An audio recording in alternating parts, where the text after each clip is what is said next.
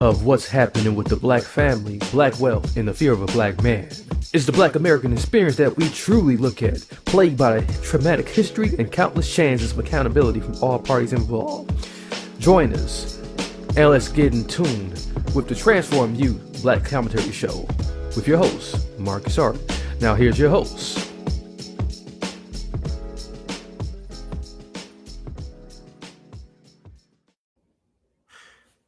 Hey, hello, my people. Welcome back to another installment of the Black Commentary Show with your host, of course. That'd be me, Marcus Hart. So, for me to say that we don't got a good one, I'll be lying. And I'm not going to lie to you. We got a good one.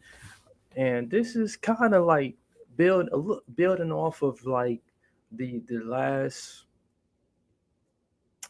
the last episode a bit, but also kind of dive it into, it's going to kind of dive into like a little personal experience I had, as well as look, we're gonna look at the truth of history and where we are right now and the effects of it.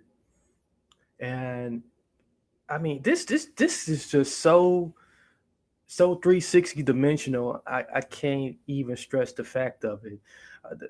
And what am I talking about? Okay. And I like to get to the point when I'm talking to you guys because I know time is precious. I know you guys don't got all day to uh, listen and talk to somebody you don't know. you know, you might be thinking in your head, who the heck is this guy? Would he just get to the point already? So I'm gonna do that. So we're gonna talk today about why the effects of de facto segregation still exist in America. All right, and I'm going talk about it, and then I'm going to bring in a little personal story that happened. Something that happened to me over the weekend, more specifically Friday, July 9th, whatever date you're listening to this. It might be weeks down the line. It might be, you might be right on time listening to this or watching this. So, however the case may be, but either way, I appreciate your support. But um, de facto segregation, do it still exist? In America, you know, um, you know, I mean that and racism tends to seem like it kind of go hand in hand sometimes, but sometimes, when you hear that, some people might beg to differ. But segregation, it could be a tool for racism. But what we do know about segregation is that the Jim Crow laws, they were state and local laws that were enforced. Uh, they enforced social segregation, at least in the southern U.S. and elsewhere in 19th and early 20th centuries, and that was by Southern Democrat dominated state legislatures. But what you don't hear about, and I got it in my description here, what you don't hear about is what happened in 1933. We know about 1933, but a lot of us don't hear about it way too often. We don't hear about it enough. About in 1933, when FDR, Franklin D. Roosevelt, when he struck the New Deal. And out of this New Deal, what happened, my friends? De facto segregation became widespread, particularly in the housing and entertainment venues across the northern parts of the U.S., especially where most blacks migrated and fled to. And you might be thinking to yourself, okay, so what is this de facto segregation? Why do you have a de facto? Well, first of all, okay, let's get one thing straight here. Just because it was blatant and quite clear in the South, don't mean it wasn't going on up here in the North. The de facto part is that the fact that like what ended up happening when this New Deal was struck, that there was a high increase of refusal of white landlords, particularly, to rent or sell their homes to blacks. And why was that? Okay, so what was so special about the New Deal, and why would you need so many homes in the first place?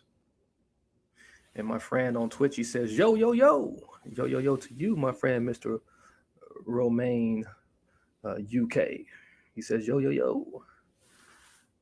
But why would you need so many homes in the first place to blacks in the North if like they had a place to stay in the South during that time?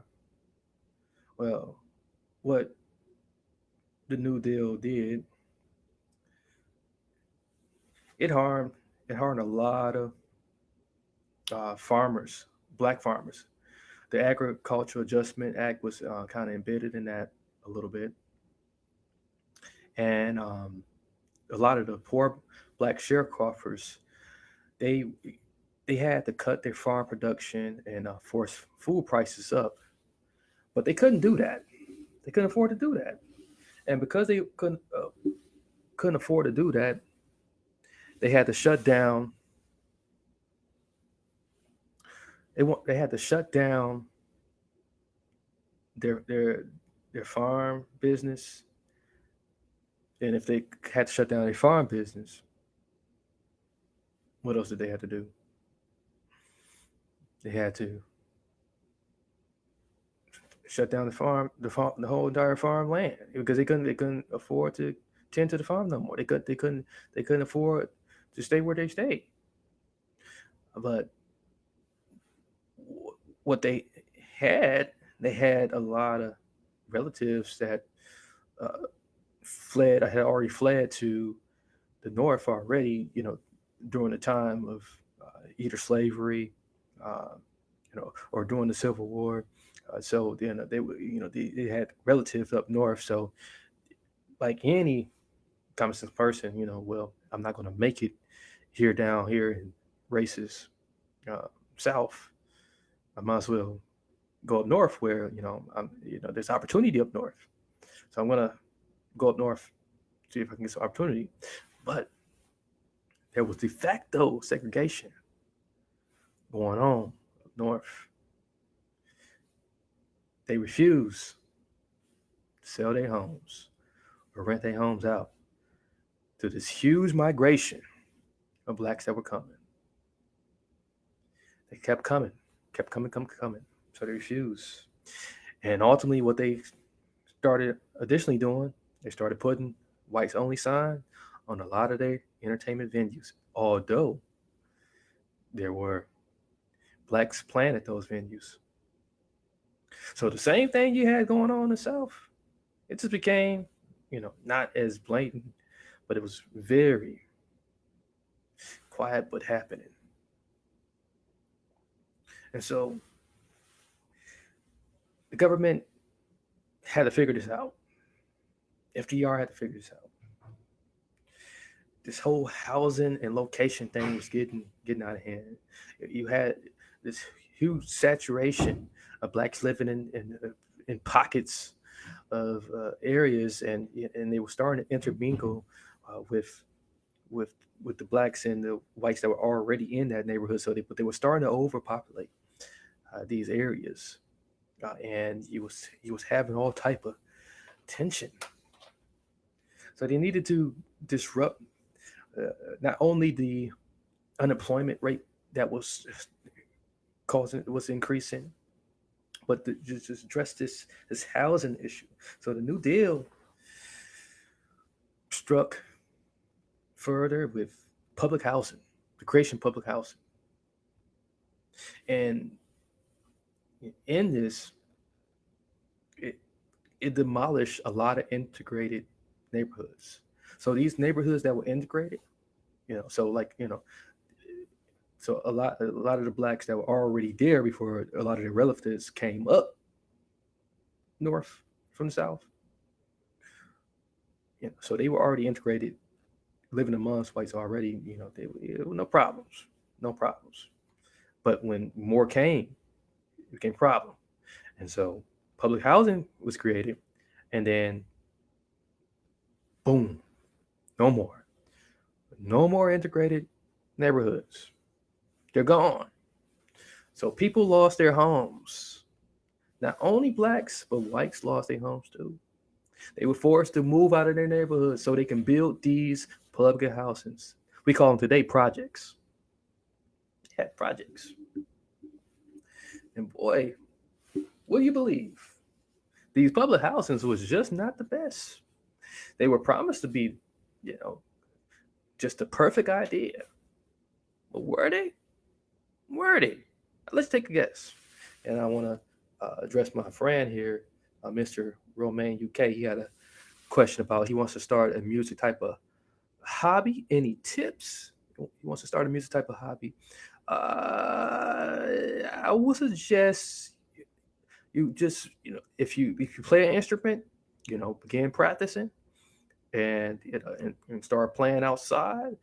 Record yourself playing outside and start a YouTube channel. And see if you get some feedback that way. You always want to get feedback first. You want to test anything you're doing, see if it works. See if you can see if people like what you're doing. If you sing, maybe start doing some TikToks, doing some Instagram reels. Fastest way to get any views. So I don't mind helping a friend out. But back to the programming here. And he wants to know my social. My socials, my friend. You can follow me on Instagram at Marcus Hart. At Marcus Hart underscore official, or on Twitter at Marcus underscore Hart. So make sure you connect with me. Thank you for listening. So we got our friend there who is watching on Twitch. We appreciate you so much, friend. So yeah, we had our integrated communities wiped out when the New Deal struck in 1933 here in America, and it was terrible. So people lost homes. Public housing was created, projects, and so you had people that were already disenfranchised due to Jim Crow laws. They came to the North to live with relatives, thinking that they had better opportunity, but just to find out that it was just as worse, if not worse. That I use worse and worse. They didn't have it too much bad in the South, or did they? And that's the question, we pose in our head about history now when we look back at it now. Because like we know that the South never really fully recovered. And in addition to like the brilliant idea Mr. Roosevelt thought he had, he also decided to, create the FHA, the Federal Housing Authority. So he decided to create that. And what the FHA decided to do, they decided to subsidize builders, so reward builders for creating suburbs. So they created the suburbs. And shout out to Mr. Romaine UK. He dropped a follow. Thank you, Mr. Romaine, for the follow.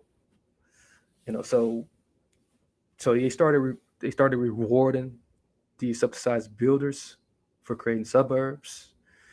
But the problem with that was there was a manual within the building of these suburbs that says incompatible racial groups. So they would, so in other words, no blacks allowed. No blacks allowed in these suburbs, which is terrible. So the de facto segregation is what was happening. So although Jim Crow laws wasn't widely in your face, it was happening. Redlining is what we know it as today. But this caused a lot of issues for our future now, for where we are now. For where we are now, we see why there's so much tension between those who live in certain parts of the same county, the same city. I mean, but a little bit farther outside of the city, or in a nicer part of the city, versus those who live in the inner part of the city. Because it's something that happened years ago just screwed up the whole the unity process that could have occurred between a black child and a white child happening. That whole Martin Luther King dream, that never it didn't fully come to fruition in some of the areas where it's supposed to happen. Because like we still have this de facto segregation. We still have cities like my city, Milwaukee, where there's a north side and a south side, a west side and the east side, and they all look different. And you wonder why. Because if you go back in history, you find out that this was intentionally done, intentionally to put a certain type of people in a certain area, and make sure that they didn't have same opportunities as everyone else. Make sure that their conditions were worse off. Let them be a product of their own environment. Let them depend on the government versus allowing them to thrive amongst everyone else.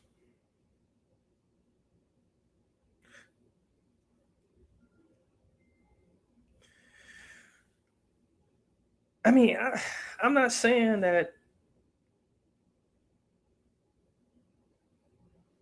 had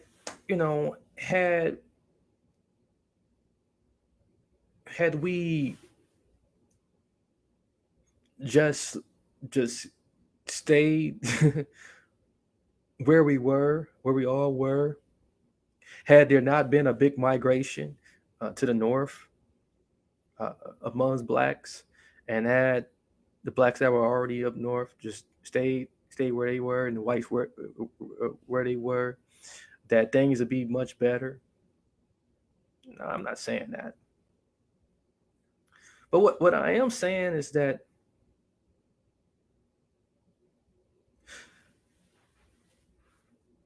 there should not be any reason why there's so much difference between white and black communities.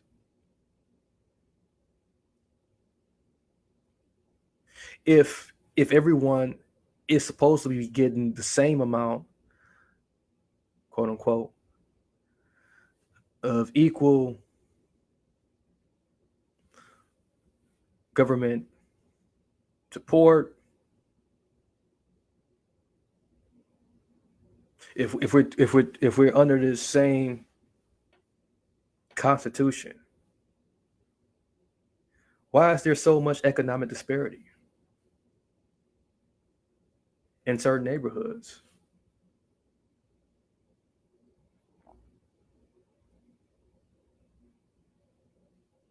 Get so, because it just really feel like it's by design. And this is why you get this big culture shock when those from suburbs, get introduced to those who don't live in the suburbs. Like, so I'm going to use my story, because like, I'm getting kind of fed up with history right now. I'm getting fed up with history and getting fed up with, just going through my notes and going through the motions. Let me just get into my story that happened on Friday. So let's give you a perfect example of what de facto segregation has done uh, to all of us here. So yeah, I obviously live in Milwaukee. I live in the city of Milwaukee. I have lived in the suburbs before, and what when I did live in the suburbs, people come to know me. People come to uh, know who I am as a person, and then my neighbors who don't look like me tend to they take up for me. But now that I don't live in the suburbs, and then I go to visit or patronize an establishment that's in the suburbs. Let's go, for example, uh, I go visit a movie theater on Friday. I go visit a movie theater on Friday. And obviously, management, management of that movie theater doesn't look like me. So like I can very well assume that he is a resident of that suburb. He's a resident of that suburb. He has to be. And I'm doing something that I was taught to do to calm down my daughter, which is prop open a door and exit.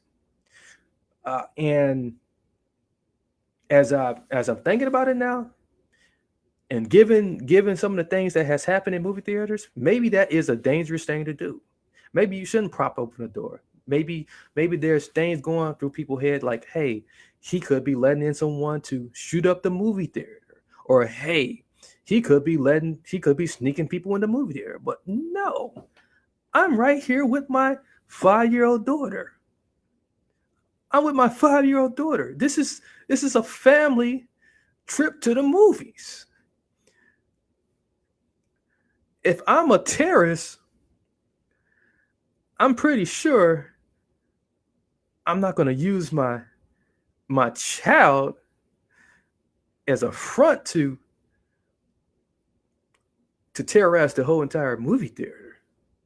And being former military, I I'm pretty I'm I'm pretty kind of trained on this type of stuff. So, but I just don't understand the mentality, But again, this is this culture shock thing happening, So as I encounter the manager gentleman,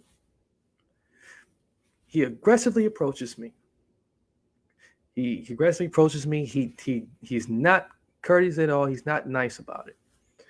And given what I have, what I know, I'm polite. I'm respectful. I say, sir, I'm sorry. I wasn't mindful of what I was doing. I'm sorry. I will go sit down. I will walk away from the exit with my daughter. I will sit down. I won't do it. I won't do it again. So I go do that with my daughter. I go sit down. 5 minutes later, what do you think happened? This gentleman, this manager, this white manager, who I know for a fact that he has to be a resident of that area. He comes back with a security guard, an armed security guard, and another staff member. So it's 3 of them now. 3 white men versus me, 180-pound me, 5'10", 180-pound me, and my 5-year-old. She's got to be about 40 pounds. I don't know, but she's small, very small. My very small 5-year-old daughter, who's biracial, by the way. My daughter's biracial, by the way. I gotta add that in there. definitely got to add that in there. My daughter's multiple race. We're sitting down now. I don't think I'm a terrorist. I don't think. Did nobody follow in behind me when the door is propped open? You guys can roll the security footage to double check that. But because we got de facto segregation, we don't know that everyday family man, family black man are just normal human beings like everyone else. Culture shock. Big culture shock. So yeah, so they approached me. The white security guard, armed security guard. He has his hand gripped on the firearm, and all three of them are in my face. The armed security guard's yelling at me with his hand gripped on the firearm, and I mean, I'm getting like the worst looks in my life. I just, I'm going back to as if I was in boot camp. With if we add in the firearm, because drill sergeants didn't carry firearms, but you know, but like this is terrible, and it's causing me all type of anxiety. It's making me feel very uncomfortable and very unpleasant.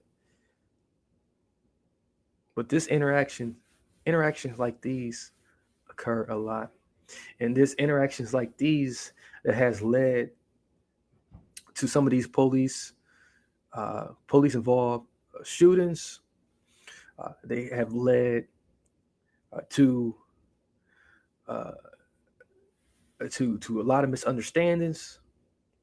They are the reason why um, a, a lot of black folks don't want to move to the suburbs.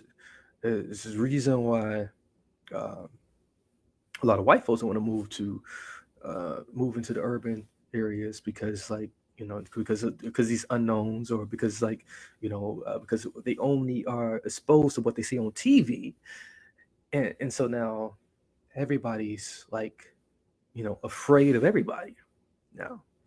So now, because of this interaction, now I'm like literally just in a big hesitant of like ever going back into Waukesha or any suburban area, for that matter, into I feel comfortable or safe enough to do so.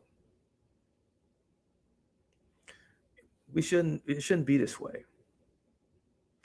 It shouldn't be this way where no one feels like they can't they can't step outside of their neighborhood, a neighborhood that where predominantly people live there that look like them. The people should be able to interact with each other. But because of what happened in history, we got people who are very misunderstood of each other, and there's never going to be any progress.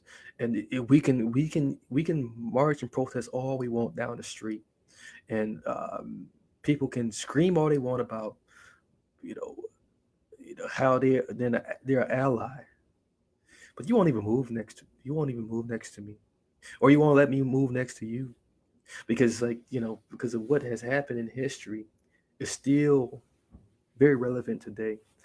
And with so many restrictions on how you can lease, and with so many obstacles to take, in order to own a home,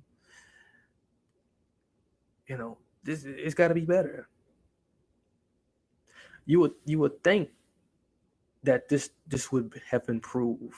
And even with entertainment venues, we look at entertainment venues like and when we're trying to go to bars, and other type of establishments and stuff, and even hell, we can look at the sporting events. Like these things are, kind of ridiculous. Like if you look at the ticket prices, like like who is this screwed to? Who are you screwing? Who do you want to be sitting in those seats? Is there a reason why you jack up these prices? Is there a reason why you're creating obstacles and barriers? Who are you catering to? Obviously it's not for everybody.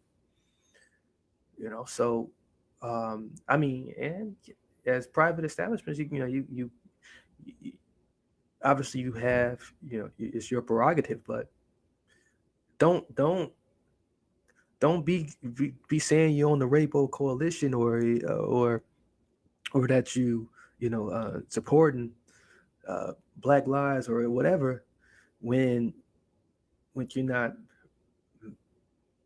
making your services or your entertainment accessible, or you're displaying these patterns of discrimination, these patterns of abuse and misconduct. It's not fair. We got to do better. I thought we were better, but obviously we're not. There's so much in our history that continues to show up. So leave your comment, leave your feedback, leave your review of what you think is heard in this particular message. I would like to hear from you. I'd like to get your support on this. Share this. If you haven't already, check out the Black Commentary Podcast. Um, it's available on YouTube at the Black Commentary Show. If you're watching on YouTube right now, thank you so much. Hit the subscribe button right now. Hit that notification bell so you can get more and more of this great content. And what else am I missing? Oh yeah, hit that subscribe button or follow if you're watching in podcast format, as your support means a lot. As we want to further the message to others, we got to break that algorithm. The only way to break that algorithm is if you comment, if you like, if you do whatever it takes in order for many to enjoy, and hit that share button. There's a share link somewhere. Find it, get it out to as many people as you can. It's well deserving. And again, thank you so much for making our last episode viral. We got about 10,000 views on that. So that was great. In podcast format, it performed just as well. We want to keep getting this information to you guys week after week. We do this every week, and we're going to stay consistent. So until next time, stay black. Many blessings, peace, and lots of love. I'm out of here.